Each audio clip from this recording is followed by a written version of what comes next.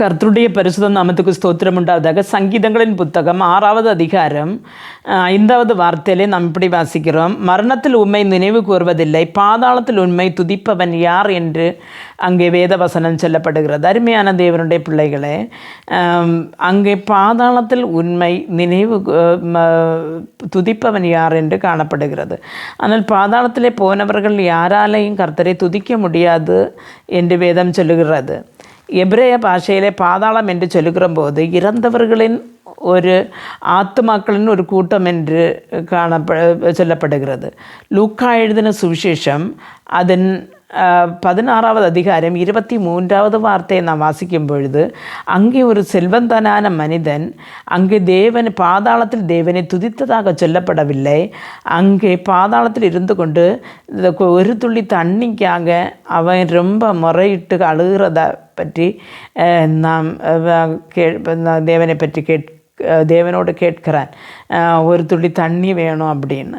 ஆனால் அங்கே துதிக்கிறதா சொல்லப்படவில்லை. அருமையான தேவனுடைய பிள்ளைகளே, நாம் தேவனை இன்றைக்கு ஆராதிக்கிறது போல பரலோகத்திலையும் போய் ஆராதிக்கணும்னு சொன்னால் நாம் கர்த்தருடைய வசனத்துக்கு கீழ்ப்படிந்த கர்த்தருடைய பாதைகளில் நடக்க வேண்டி இருக்கிறது. அப்போ பாதாளத்தில் போகிறவர்கள் யாரும் தேவனை துதிக்க மாட்டார்கள் என்று வேதத்தில் திட்டமாக எழுதி வைத்திருக்கிறது.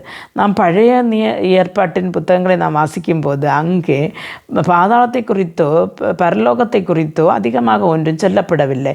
ஆனால் புதிய ஏற்பாட்டின் புத்தகத்திலே பாதாளத்தை குறித்தும் பரலோகத்தை குறித்தும் அதிகமாக சொல்லப்பட்டிருக்கிறது. பரலோகத்திலே போகிறவர்கள் கர்த்தருடைய சித்தம் செய்து கர்த்தரை விசுவசித்து அவருடைய வழிகளில் நடக்கிறவர்கள் பரலோகத்திலே போய் தேவனை துதிக்கிறார்கள். ஆனால் அல்லாத மேல துன்மார்க்கமாய் நடந்து துன்மார்க்கத்தை செய்து கர்த்தருக்கு கீழ்ப்படியாமல் இருக்கிறவர்கள் பாதாளத்திலே போய் வேதனை அடைவார்கள் என்றும் வேதம் சொல்லுகிறது. அதனால் நம்முடைய வாழ்க்கையில் கர்த்தரை விசுவசித்து நடக்க கர்த்தர் ஒவ்வொருவருக்கும் கிருபை அருள்வாராக. ஜெபிப்போம்.